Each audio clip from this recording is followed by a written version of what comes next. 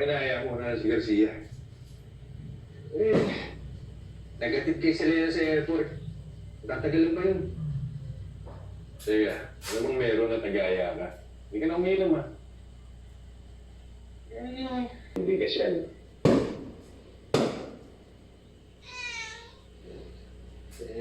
Bagay. Tama talaga kayo ni Garcia eh.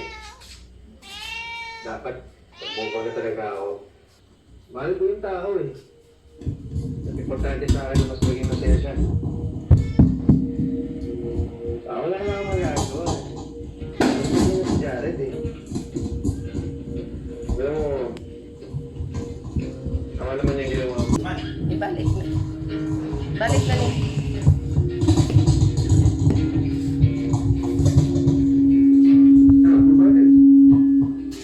Tapusin ko lang to. Pero, kumain na lang tayo. Mas masaya yun.